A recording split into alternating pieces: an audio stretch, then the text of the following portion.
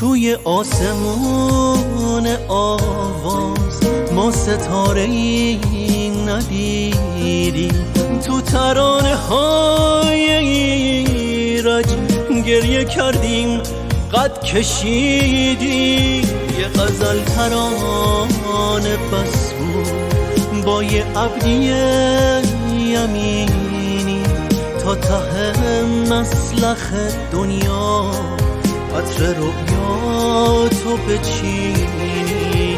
هنوز عطر اون ترانه لحظه لحظه تو هواته، هر نفس هوای دیروز یاد بابک بیاته.